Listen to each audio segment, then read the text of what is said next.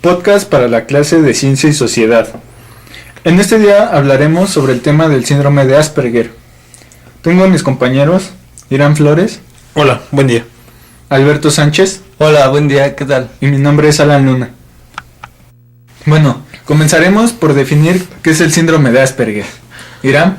Bueno, el síndrome de Asperger es un trastorno que se caracteriza porque el paciente manifiesta intereses limitados o una preocupación inusual y obsesiva con un objeto o un tema en particular. Muy bien, y en otras palabras, ¿qué nos podrías decir, Alberto? Entre las características que podemos observar entre las personas que sufren de este síndrome, podemos ver que tienen una limitada gama de intereses.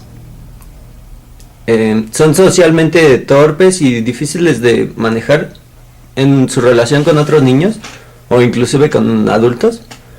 La mayoría de estas personas son ingenuos y crédulos, a menudo sin conciencia de los sentimientos de otros. Son muy literales en el lenguaje y en la comprensión. Pero estos síntomas que acaban de mencionar son muy similares a las características de un autismo, ¿no? Bueno, el síndrome de Asperger muchas veces también se denomina como autismo de alto rendimiento, lo cual pues no es del todo correcto, ya que hay hay muchas diferencias entre el autismo que conocemos todos y entre lo que muchos denominan como autismo de alto rendimiento, que en sí es el síndrome de Asperger. Por ejemplo, uno muy claro es que en el autismo, por ejemplo, el coeficiente intelectual de las personas es un poco bajo a lo normal, mientras que por el contrario en el síndrome de Asperger el coeficiente intelectual es normal o incluso un poco más elevado que el de una persona. Es que la diferencia entre el autismo y el mal de Asperger es que las personas que sufren del autismo se les denomina retrasadas. A veces son monótonas en lo que hacen. Son muy difíciles para socializar con ellos y se les denomina, bueno, está mal eso, ¿no? Pero son retrasados. Y sin en cambio con los que sufren de mal de Asperger pueden socializar más, pero tienden a hacer una rutina.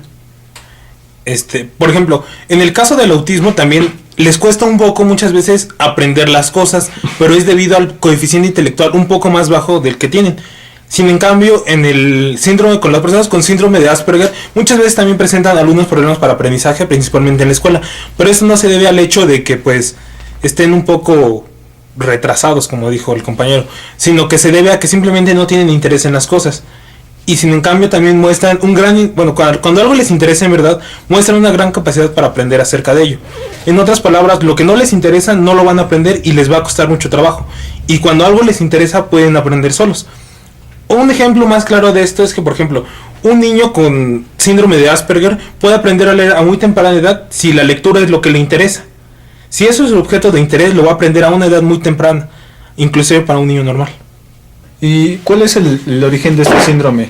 ¿Acaso es de origen genético o tiene un origen como de algún trauma de la niñez o algo por el estilo?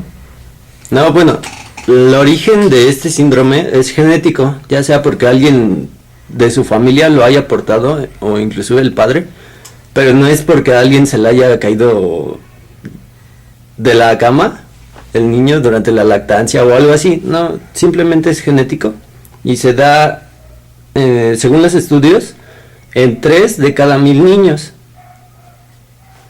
¿Y existe algún tratamiento para las personas que sufren este síndrome? Farmacéuticamente no existe ningún tratamiento para este síndrome, o al menos no se ha encontrado ningún medicamento que pueda contrarrestar sus efectos. Lo único que se podría considerar como un tratamiento sería llevar a la persona, a la persona afectada a una serie de terapias para que pueda sociabilizar con las demás personas y pueda solucionar algunos de los problemas que les conlleva el síndrome. Eso sería todo lo que se podría hacer. Algo muy importante, ¿existe alguna forma de detectar el síndrome de Asperger? Bueno, en los niños, aparte de los casos generales que ya dimos al principio, es que no entienden el sarcasmo. Y en los adultos tienen una manera de hablar muy formal y literal. Así como se expresa la gente en palabras, pues ellos no entienden el doble sentido. Es como si cuando alguien te dice échame aguas, ellos piensan que van a agarrar una cubeta o un vaso de agua y se los van a echar encima. Sin en cambio, pues no es esa la intención de la persona que le está diciendo. Esa es una manera de ver quién sufre de este síndrome. Aparte, la manera en que hablan es muy formal. Y ya para finalizar, ¿me podrías dar un ejemplo, una muestra de una persona con el síndrome de Asperger, Irán? El ejemplo más claro de una persona que sufre este síndrome es el personaje ficticio de la serie de televisión de Big Bang Theory, Sheldon Cooper, ya que cumple casi todos, o al menos la mayoría de los síntomas de esta enfermedad, como es el hecho de que no entiende el doble sentido o el sarcasmo y se toma las cosas literalmente. También el hecho de su forma de hablar, que es una habla muy pomposa y muy formal en todas las situaciones. También tiene el hábito de tener siempre una rutina, es decir, siempre hace las mismas cosas a determinadas horas. Otro ejemplo de esto sería también el hecho de que siempre toca la puerta el mismo número de veces para llamar a alguna persona. Lo podemos identificar porque tienden a hacer una rutina y cuando se salen de esta o hay circunstancias que lo obligan a salirse, se enojan. Otra característica de este síndrome es que también los ruidos fuertes o incluso las luces muy brillantes lo incomodan. Bueno, nada más como anotación, estos últimos dos síntomas, el hecho de una agudeza visual o una agudeza auditiva, se han presentado en algunos pacientes con síndrome de Asperger, pero no se considera que los síntomas estén relacionados directamente con la enfermedad.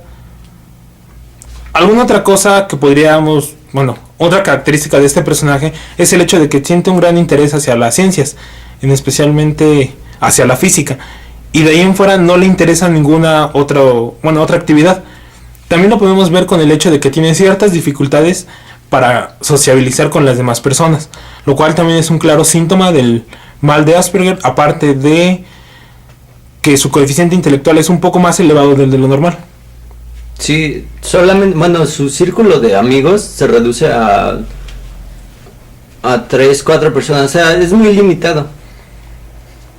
Ahora, ya nada más como una curiosidad final, el mal de Asperger, el síndrome de Asperger, también se considera el mal de la genialidad, ya que se cree que algunas de las personas, como científicos muy famosos y reconocidos, incluso artistas artísticos han sufrido este síndrome, tal como por ejemplo Albert Einstein, Isaac Newton, Miguel Ángel y Mozart. Claro, esto no lo podemos comprobar porque no hay una manera de comprobarlo post-mortem. Sí, o sea, esto ya está así como que tiene un poco de mito en cierta forma, debido a lo complicado de hacer un análisis, como dijo el compañero, una vez que ya han muerto. ¿Alguna pregunta, Alan? Muy bien, muchas gracias. Le agradecemos a mis compañeros, Alberto e Irán. Gracias, de nada. Esperemos que haya quedado claro este tema sobre el síndrome de Asperger y nos vemos en la próxima.